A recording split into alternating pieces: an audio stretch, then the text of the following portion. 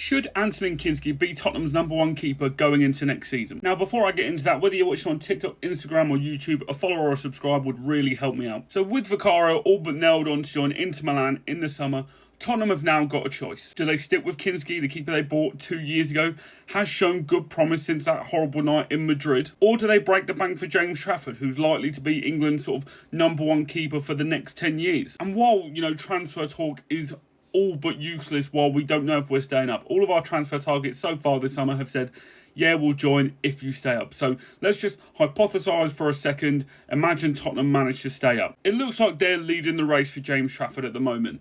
And while, I'm not a City fan and I don't claim to, watch him week in, week out, I am left with sort of the question, is he that much of an upgrade on Kinski so far? Because I know that night in Madrid was a horror night.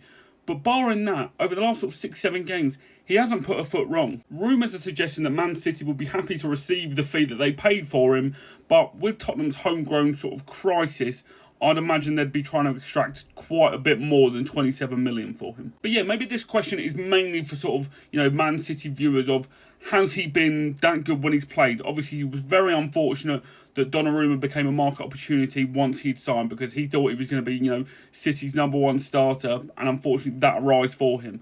But since he's come in, has he been that good? Because I tell you, this image is burned in my head. But ultimately, I think it would be quite harsh on Kinski. I know, Trafford is a very good sort of long-term prospect, but I think he's about the similar age as Kinski, if not Kinski's younger. So if you're a Tottenham fan, what are you doing? Are you spending possibly big money on Trafford, or are you sticking with Kinski?